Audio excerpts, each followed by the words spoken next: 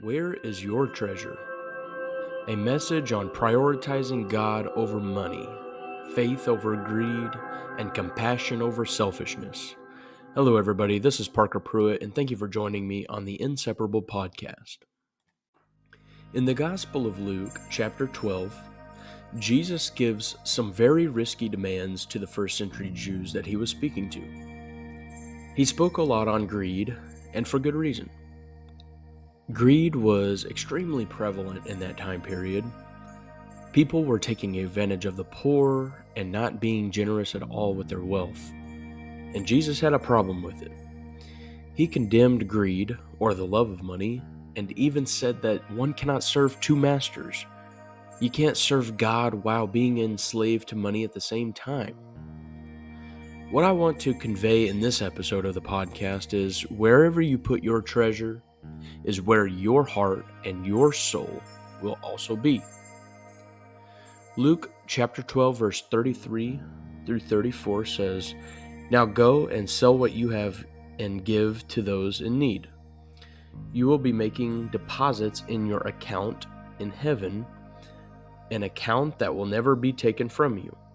Your gifts will become a secure and unfailing treasure deposited in heaven forever." Verse 34, "Where you deposit your treasure, that is where you fix your thoughts, and your heart will long to be there also." The reason I want to speak on this topic is because I had an experience this past week that I wanted to share with you all. If you know me personally, you'd know that I'm a huge Missouri college football fan. Just about every year, I try and attend a game with either my nephew or my wife, or heck, even by myself, to root on my dearest Tigers. Win or lose, and most of the time it's a loss, but oh well. Not a fair weather fan here. Well, this year, I purchased the 2 tickets to go to a game on November 11th, back in August, for about $120, which was a lot of money for me. Anyway, I bought those tickets and I looked at the calendar to ensure I wasn't doing anything that day, but evidently I was wrong. That ended up being my weekend to work.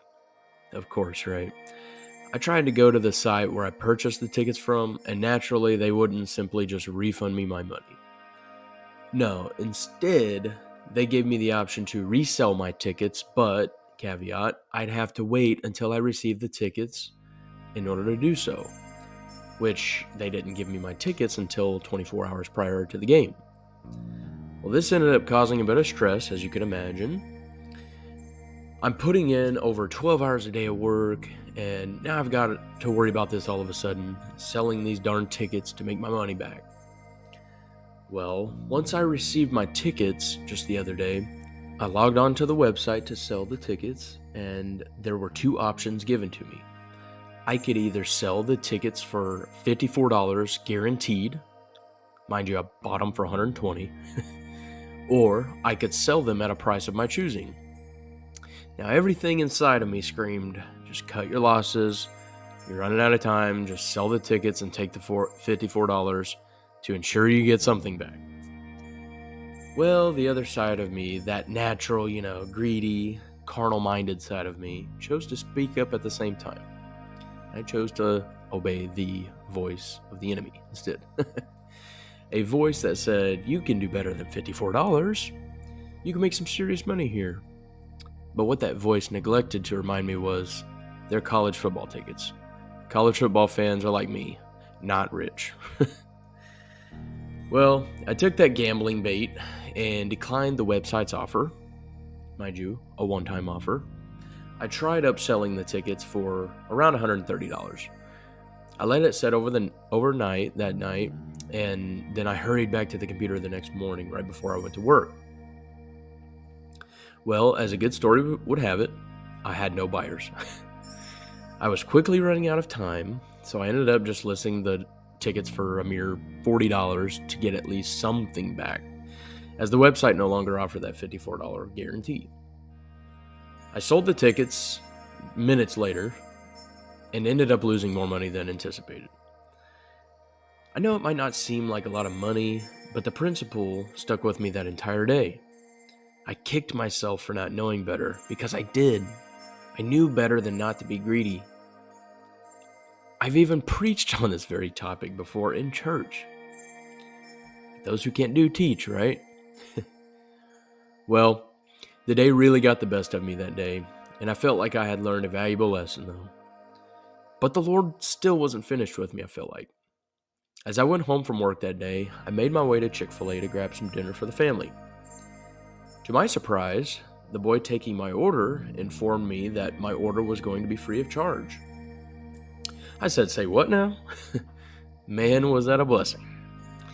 That was an order for my daughter, my wife, and I for like $40-50. I immediately thought of the lesson I had learned with the football tickets and thought, the Lord really does cause everything to work together for the good of those who love Him. I ended up coming out on top in the end.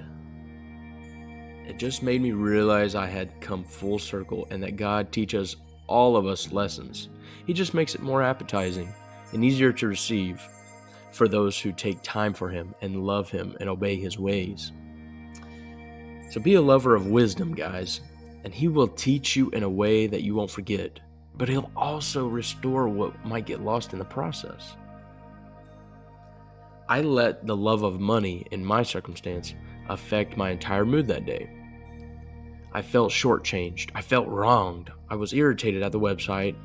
The whole experience was kind of a one-off. But out of principle, I was so mad. I say all of that to say this, though. Christ's words ring true when He says, "Where your treasure is, there will your heart be also." I put my money in those tickets, and there my heart was. My mind was there. I dwelled on it, and I allowed it to, have some sort of control over me. Now just imagine that on a larger scale. I was just listening to Pastor Robert Morris on the radio the other day, talking about a similar topic. He said, when you put money into stocks, you're going to be more concerned about the stock market than ever before, because your money's there, your treasure's there.